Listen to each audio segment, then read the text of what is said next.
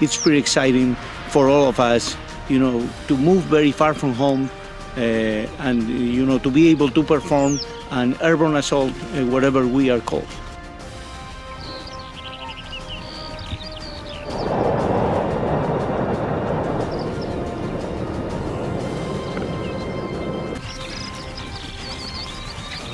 Mēs esam uz austrumu robežas, mēs uz robežas ar mūsu nedraudzīgiem kaimiņiem. Jā, un šīs vingrinājums arī tā ir mūsu pārliecība un mūsu vēstījums gan savai sabiedrībai, gan NATO sabiedrībai.